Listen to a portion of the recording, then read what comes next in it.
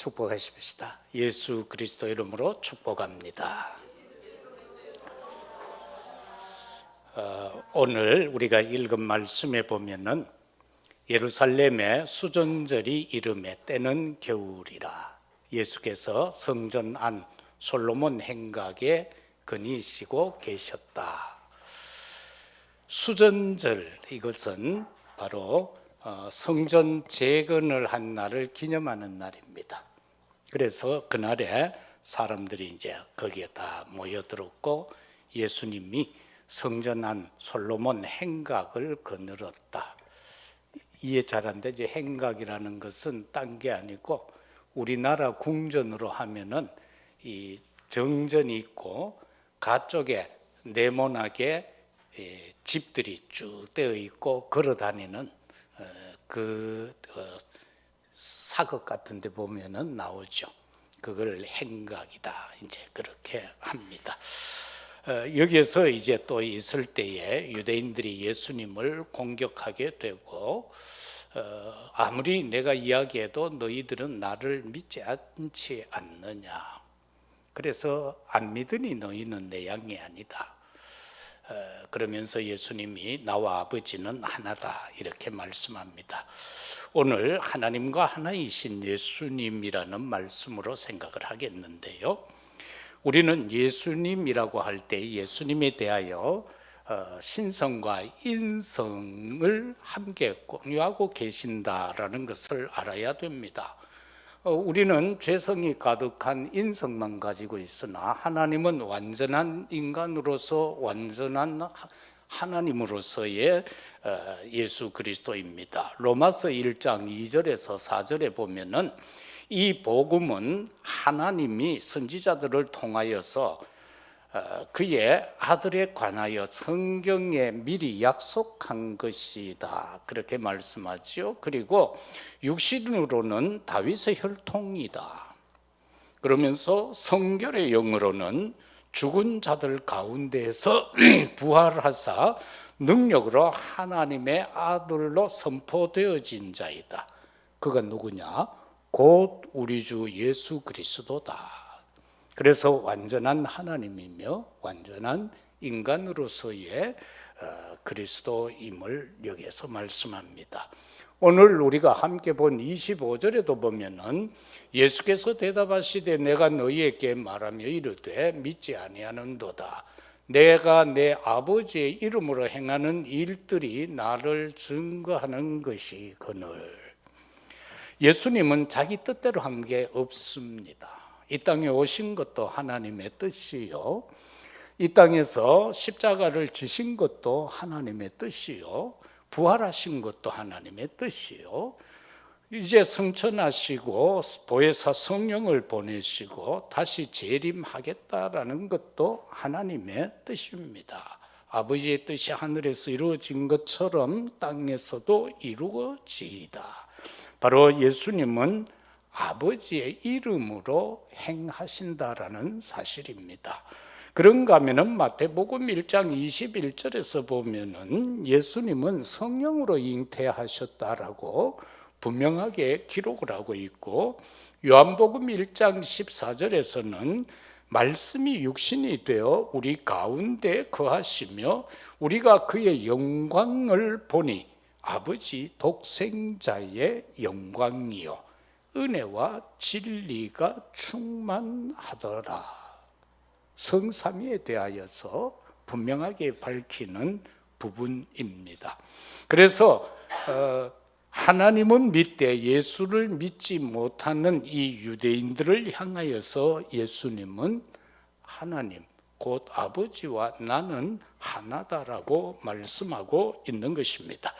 예수님을 돌을 가지고 치려는 유대인의 상태는 어떤 상태인가? 율법주의적 상태인 것을 볼 수가 있습니다.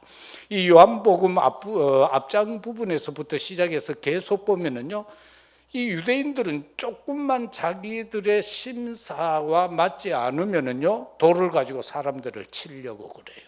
가늠하다 잡혀온 여인도 돌로 치려고 했고요.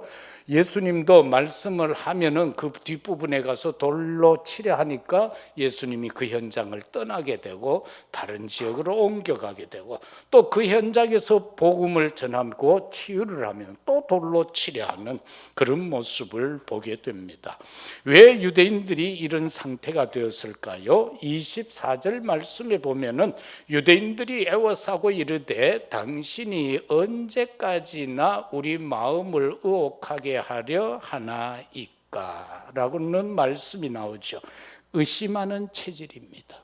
유대인들은 의심하는 체질이에요.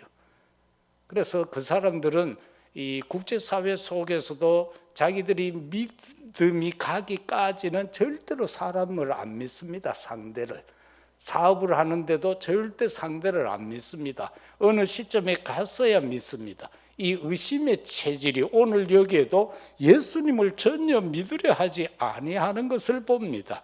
그건 왜 그래요? 마음에 잘못된 것이 각인이 되어 있어요. 옛부터. 그게 바로 선민사상이라는 잘못된 것이 각인이 되어졌고 율법주의로 각인이 되어져 있기 때문에 그러합니다. 그런가 하면은 25절에서 26절 말씀은 예수가 그리스도임을 믿지 않았습니다. 그거는 왜 그래요? 잘못된 믿음의 뿌리가 그들에게 존재하고 있었어요. 요한복음 8장 56절에서 59절까지 보면은 그들은 아브라함은 믿는다라고 합니다. 그런데 예수님은 믿지 못하죠. 거기에서 아브라함에 대하여 예수님은 말합니다. 너희들이 그처럼 믿는 조상 아브라함도 나의 때를 볼 것으로 인하여 기뻐했다. 그렇게 말씀하고 있습니다. 그러니까 유대인들은 또 말하지요. 네가 아직도 30세가 돼가지고 어찌하여 우리 조상 아브라함이 너를 보고 기뻐하며 너의 때를 말하느냐? 어찌 너로 인하여 구원받는다고 하느냐? 그렇게 말할 때 예수님은 아브라함이 나기 전부터 나는 있었다. 바로 성삼위 하나님의 존재의 삼위일체에 대한 존재에 대해서 말씀합니다. 그러나 유대인들은 그 사실을 믿지 못했습니다. 왜냐하니까 현실적으로 도무지 그들에게는 이해가 되지 않았기 때문에 그렇습니다. 31절에서 33절까지의 말씀을 통해서 보면은 예수님을 돌로 치려 했던 유대인들의 상태는 어땠습니까? 예수님을 향하여 그들은 말합니다. 너는 신성을 못 오겠다는 겁니다. 어찌 인간으로서 하나님과 같다고 할 수 있느냐? 너는 신성을 못 오겠다. 그래서 예수님을 돌로 치려 하였던 사실을 보게 됩니다. 우리도 때때로 보면은 나 자신도 모르게 예수님을 돌로 치는 경우가 있습니다. 예수님이 가야바 법정에 갔을 때에도 거기에서 채찍을 맞는 것처럼 우리의 신앙생활 속에서 나 자신도 모르게 예수님을 채찍으로 후려치는 그런 상태로 들어갈 때가 많습니다. 우리는 의식 못하죠. 그런데 실제 영적 상태로는 예수님을 모욕하고 있고 예수님에 대하여서 신성을 우리가 인정하지 못하고 그래서 예수님을 돌로 치려하고 채찍으로 치려하는 그런 영적 상태에 빠질 수 있는 것이 바로 이 율법주의적 상태다라는 사실입니다. 우리는 주로 말합니다. 사람들이 어떤 잘못을 하면은 우리는 율법적 사고, 율법주의적 사고를 가지고 판단을 합니다. 그러면서 정죄를 합니다. 그것이 바로 우리가 예수님을 정죄하는 것입니다. 예수님은 모든 것을 수용하고 포용하고 이해하고 용서하라고 했는데 우리에게 문제만 생기면 우리는 상대를 이해하지 못하고 그 상대에 대하여 수용과 포용을 못하고 우리는 그를 사랑하지 못하고 오히려 미워하고 저주하는 그런 상황에 빠지게 된다라는 것입니다. 그래서 우리의 영적 상태를 항상 점검해야 합니다. 두 번째는 예수님과 성도의 하나된 관계. 하나님과 예수님이 하나. 그런데 예수님은 구원받은 우리와 하나된 관계라고 말씀하고 있습니다. 그것은 바로 구원을 통하여 우리에게 임하신 하나님의 절대 주권을 말하는 것입니다. 갈라디아 3장 26절에 보면은 너희가 다 믿음으로 말미암아 예수 그리스도 안에서 하나님의 아들이 되었다. 하나님의 아들이 되었다라는 것입니다. 그런가 하면은 갈라디아 3장 27절은 누구든지 그리스도와 합하기 위하여 세례를 받은 자는 그리스도로 옷을 입었다. 그렇게 말씀합니다. 우리가 신앙생활을 하다가 교회 다니다가 세례를 받죠. 이 세례라는 것은 다른 목적으로 받는 것 아닙니다. 저와 여러분들이 예수를 믿고 구원받을 때에 이미 우리는 성령의 불로 세례를 받은 것입니다. 그러나 우리가 물로 세례를 기념적으로 받는 것은 우리에게 있어서 합리적 객관적으로 나타내는 겁니다. 성도들 앞에서 나 이제 구원받았다, 나 이제 하나님의 자녀가 되었다라는 것을 표하기 위한 표시이다라는 것을 우리는 알아야 됩니다. 그것으로 인하여 우리는 그리스도로 옷을 입었다라고 말씀하고 있습니다. 갈라디아 3장 28절은 너희는 유대인이나 헬라인이나 종이나 자유자나 남자나 여자나 그리스도 안에서 하나다. 이 말씀을 남북전쟁 때 링컨이 붙잡은 언약의 말씀입니다. 그래서 노예가 필요 없다라는 겁니다. 노예가 있을 수 없다라는 것을 말씀하고 있습니다. 그렇기 때문에 복음의 관계는 아름다운 관계입니다. 예수와 그리스도의 관계는 아름다운 관계, 그리고 그리스도와 우리의 관계가 아름다운 관계라는 것입니다. 이것을 우리가 저버리면 안 됩니다. 그래서 하나님은 예수님을 보내심으로 우리를 구원하셨고요, 예수님은 우리를 보내사 복음을 전하라고 말씀합니다. 저와 여러분이 복음을 전함에 있어서 중요한 것은 우리 자신이 먼저 응답을 받아야 되고 우리가 먼저 축복을 받아야 합니다. 왜냐하니까 응답받고 축복받으면 주장할 것이 없습니다. 자꾸 내 주장을 한다는 것은 내가 응답을 못 받아서 그렇습니다.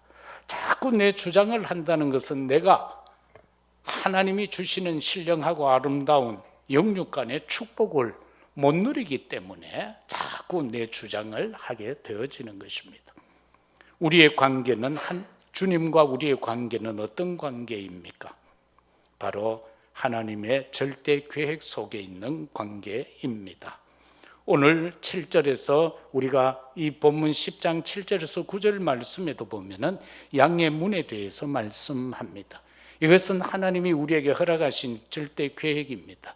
예수 그리스도가 양의 문입니다. 예수 그리스도를 통하지 아니하고는 구원받을 수 없다라는 것입니다. 그 그리스도만이 길이요 진리요 생명이라는 것입니다.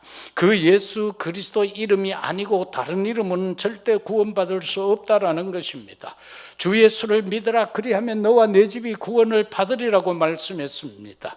예수님은 구원의 문이심으로 그 문으로 드나드십니다. 그리고 양을 인도하고 이끌어내기도 하고 그 우리 안으로 넣기도 하십니다.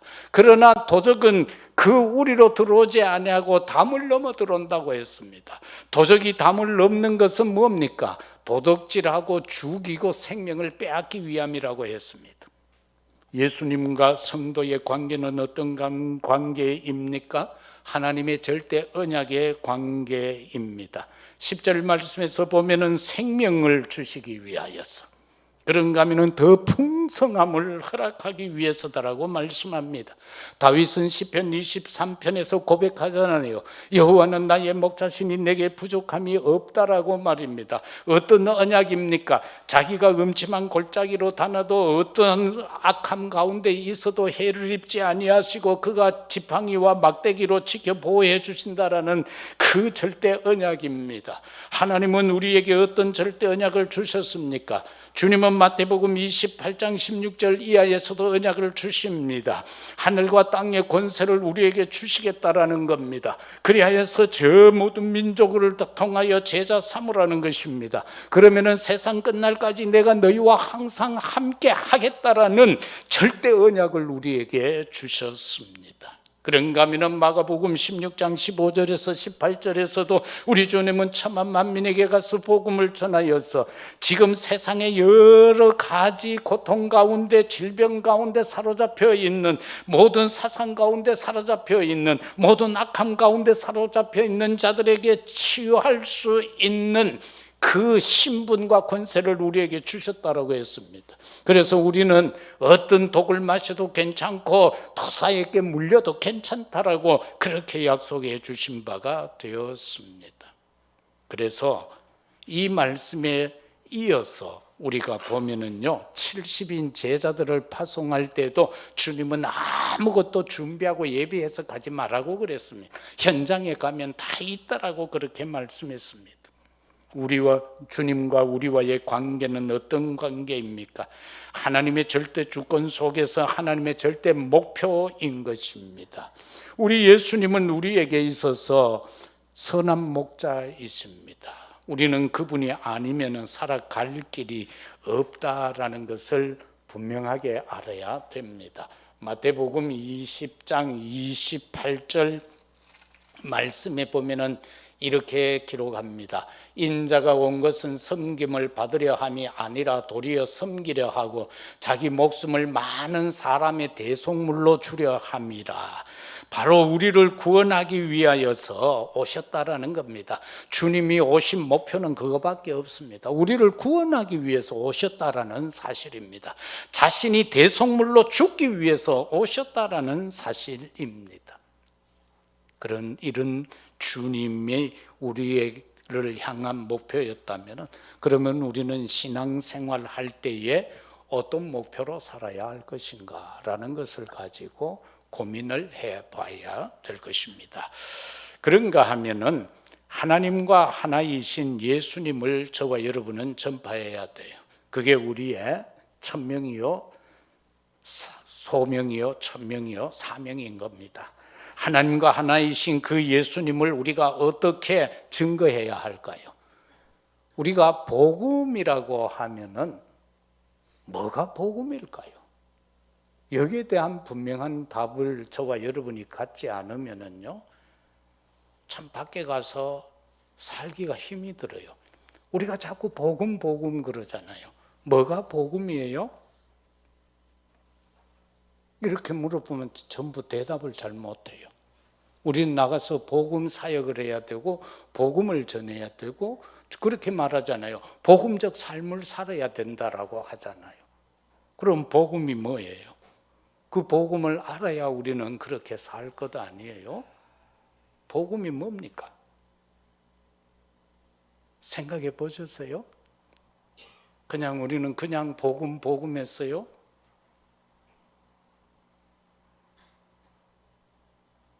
주로 말했는데 물어보면 다 막혀. 복음이 뭡니까? 예수가 그리스도가 복음 아니야. 예수가 그리스도다라는 거예요. 그 복음은 뭐예요? 참 선지자, 제사장, 왕에 대한 삼직이 바로 복음이에요. 당연, 필연, 절대 그게 복음이에요. 예수님이 이 땅에 오실 수밖에 없었던 거, 그거 당연한 거예요. 그리고 우리의 구원을 위해서 예수님이 꼭 필요해요. 그게 복음이에요. 예수가 꼭 필요해요. 절대는 뭐예요? 예수님 아니면 안 돼요. 그게 복음이에요. 예수님이 오셔야 됐고, 예수님이 죽으셔야 됐고, 예수님이 아니면 안 돼요. 우리에게는 예수님이 꼭 필요해요. 그게 필연성, 복음의 필연성이에요. 복음의 절대성은 뭐예요? 예수 그리스도가 아니면 안 돼요. 그게 복음이에요. 그거를 저와 여러분들이 분명히 붙잡으면은요, 우리는 그분을 말할 수가 있어요. 그래서 우린 전도할 때 주로 어떻게 합니까? 내게 임하였던 그 은혜, 그리스도의 은혜를 말하는 게 전도잖아요. 그게 전달 파발이에요. 그 소식을 받아서 우리가 전달하는 거예요. 내가 전달하는 것이 아니고 전달받은 것을 전달하는 거예요. 그래서 우리가 전파해야 될 것은 성삼위 하나님을 전파해야 합니다. 우리를 지으신 당신의 형상대로 우리를 지으셨다고 했잖아요. 당신의 성품대로 우리를 지으셨어요. 당신의 영으로 지으신 거예요. 우리 자칫 잘못하면 아이들은 예수님이 하나님이 이래 생겼겠구나, 나를 거울로 이래 보면서 하나님이 이래 생겼구나. 그거 아니에요. 하나님의 영이에요. 코에 생기를 불어 넣으니 생명이 된지라. 우리에게는 하나님의 영이 있다는 거예요. 그걸 전해야 돼요. 아담 하와가 범죄함으로 먹지 말라는 선악을 알게 하는 실과를 따먹음으로 영원히 죽게 돼요. 거기서 어떻게 돼요? 하나님을 떠나는 존재가 되잖아요. 그래서 하나님의 영적인 것이 사라지게 돼요. 그래서 하나님은 그것을 회복하기 위해서 여자의 후손을 보내겠다고 했던 거예요. 그 여자의 후손 대신 메시아 예수 그리스도를 우리가 믿을 때에 우리의 영적인 것이 회복되는 겁니다. 그래서 우리가 여기에서 보면은 성삼위 하나님이라고 하면은 이거 참 설명하기 힘들잖아요. 그래서 사람들은 뭐 이렇게 저렇게 막 설명하는데, 어떻게 보면은 성삼위 하나님을 어떻게 우리가 설명을 해요? 하나님을. 최전도사 정신 있죠? 정신 내봐요. 못 내놓잖아요. 있어요. 그리고 우리는 정신이 있다고 믿어요. 하나님 믿어야 돼요. 예수님 믿어야 되는 거예요. 성령 역사 믿어야 되는 거예요. 신비로움 그 자체입니다. 죄악된 인간이 그 신비로움을 설명할 수 없습니다. 믿음으로 생겨지는 겁니다. 어느 목사님이 포럼을 하면서 그렇게 말씀했습니다. 나는 무식하다. 나는 참으로 세상에 있을 때 이러이러했다. 믿지 않을 때. 그런데 믿고 나서도 집사가 되고 이래 하면서도 하나님이 안 믿어지더라는 거예요. 하나님이.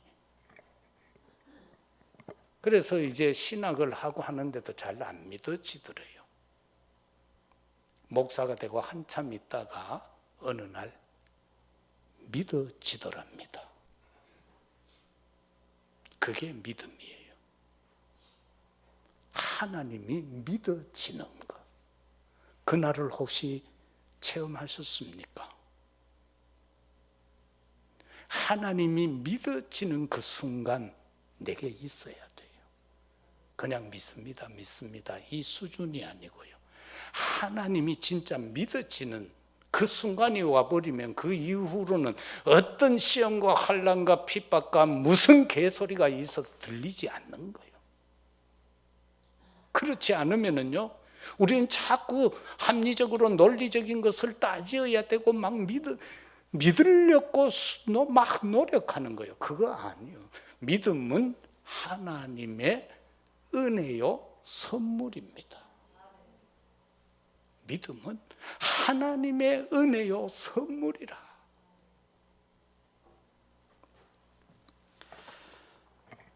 그래서 우리가 우리의 하나님이 그렇게 말씀하죠. 우리가 우리의 형상대로 사람을 짓자. 하나님의 영과 성품이요, 그리고 성령 충만, 그리스도의 영으로 충만, 하나님의 신으로 충만하면은 어떤 결과가 나옵니까? 아름다운 모습이 됩니다. 여러분 옆 사람 한번 보세요. 아름답지요? 네? 아름답지요? 예수를 진짜 믿으면은요 달라지잖아요. 내 옛날에 여권 사진 보여준 적 있죠. 몸무게 53kg 나가고 막 이럴 때 여권 사진하고, 그 다음에 은혜 받고 이 그리스도를 진짜 내가 확신하고 그 했을 때의 여권 사진하고는 완전히 달라요. 여러분도 그럴 거예요. 우리 박 집사님 그러시더라고. 이렇게 바뀌어질 줄 몰랐다고 그러더라고요. 바로 그게 하나님의 은혜예요. 그런데 세상에 악한 사람은 보면 얼굴에 나타나잖아요. 무당은 그냥 우리가 대변할 수 있어요. 이래서 사람 딱 보면요, 막 눈도 이상하고요. 여러분, 스님들 눈 동그란 사람 봤습니까? 절대 없습니다. 전부 부처 닮아가 눈이요 옆으로 딱 찢어져 있습니다.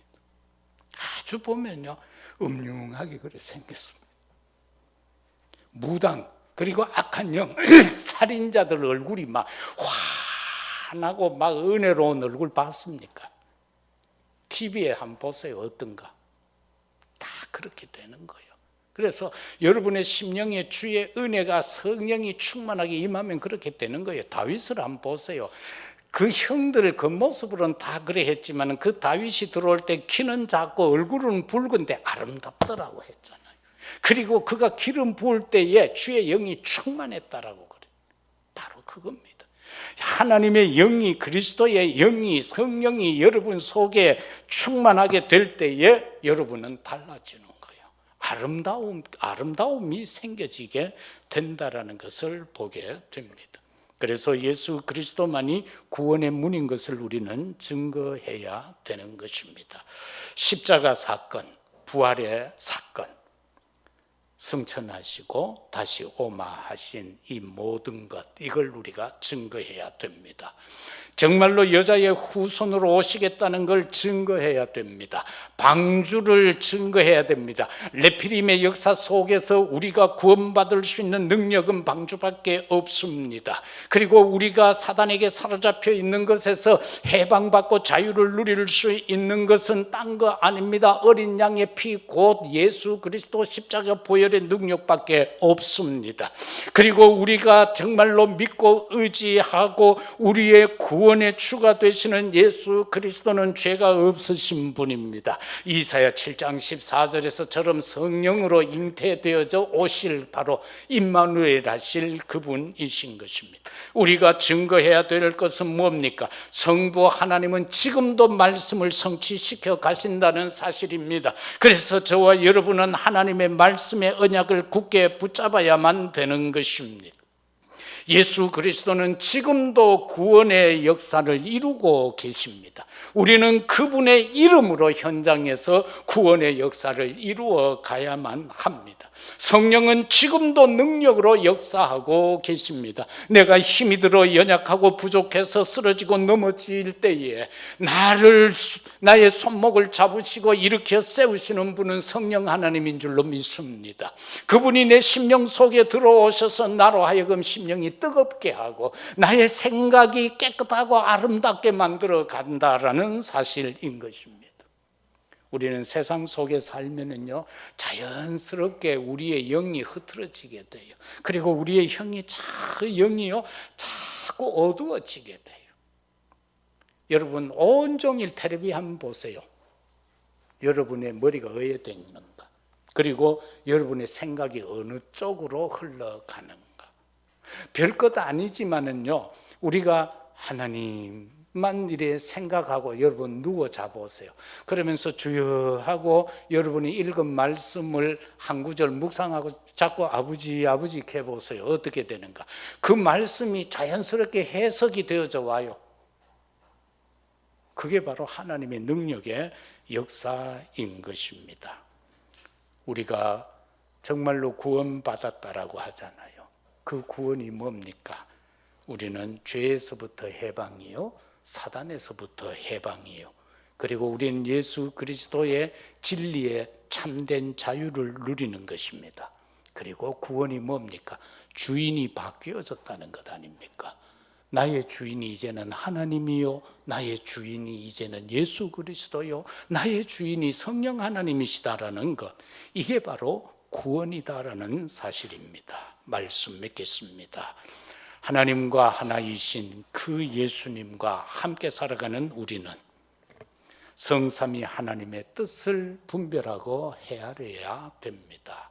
마태복음 6장 10절 주님 가르쳐 주신 그 기도 속에서 예수님 분명히 말씀하지요. 뜻이 하늘에서 이루어진 것처럼 땅에서도 이루어지이다. 하나님이 구원의 계획을 하늘에서 세우셨어요. 예수님을 보내서 이 땅에서 갈보리 산에서 십자가를 지시고 죽으심으로 다 이루셨어요. 다 이루셨어요. 그리고 승천하신 주님은 말씀하셨어요. 내가 너희에게 보혜사 성령을 보내실 거다. 그리고 내가 오는 그날까지 성령과 함께 하라. 우리는 성령의 역사 속에 살아야 합니다. 그래야 하나님의 뜻을 분별할 수 있습니다. 우리는요, 어떤 각오를 해야 됩니까? 237 나라 5천 종족 살리는 세계 복음화를 가슴에 품으시기를 바랍니다. 마음에 담아야 합니다. 그리고 복음의 은혜를 누리는 자가 행할 믿음은 뭡니까? 24 기도함으로 팀이 되어지는, 누구든지 먼저 응답받는 자가 한번 만들어 보세요. 24시 기도팀, 그리고 말씀 성취팀, 그리고 24 전도팀. 팀이니까 나 혼자가 기도하다가 한 사람만 더 있어도 팀이 되지요. 우리가 주로 보면 5인 1족 하는데 꼭 5명이 되어야 될 이유는 없습니다. 그래서 우리는 정말로 성삼위 하나님을 증언함에 있어서 그 하나님의 뜻을 이루고, 그런가 하면 복음의 은혜를 누리는 그것을 행할 믿음으로써 이 세 가지 팀을 가지고 기도하면서 응답받아 가노라면은 우리는 하나님의 뜻을 이루어가는 자가 될 것입니다. 이 한 주간도 하나님과 하나이신 예수 그리스도와 더불어서 주님이 나와 함께하는 그 하나의 관계를 누리시고 우리는 그를 증거하는 증인으로 살아가는 우리 모두가 되시기를 예수 그리스도 이름으로 축복합니다. 아버지 하나님, 감사합니다. 주님이 우리와 하나이시기에 그 절대 주권 속에서 우리는 오늘 이 시간까지 살아왔습니다. 사단을 무릎 꿇게 할 수도 있게 되어졌습니다. 복음의 산 증인으로 살아갈 수 있게 되어졌습니다. 망대의 축복자가 되어졌고, 그 망대를 세우고 우리는 여정을 가게 되어졌고, 우리는 뜻을 정하는, 정말 하나님 앞에서 시대에 남길, 작품을 남길 이정표를 회복할 수 있게 해주셔서 감사합니다. 우리 모든 성도 하나님 앞에서 온전한 은혜를 누리게 하여 주옵소서. 성삼위 하나님과 동행의 축복을 누리게 하옵소서. 주님이 약속해 주신 모든 것 안에서 회복되게 하시고 치유되어지게 하옵소서. 그리고 누리게 하옵소서. 그리고 그 자유함으로 주인 되신 성삼위 하나님과 하나님께 영광 돌려 살아가는 우리의 삶이 되게 하옵소서. 지금 이 시간도 현장에 있는 사랑하는 언약의 백성들, 하나님의 특별한 은혜를 베푸시고 새 은혜와 새 힘을 허락하옵소서. 예수 그리스도 이름으로 기도드리옵나이다. 아멘.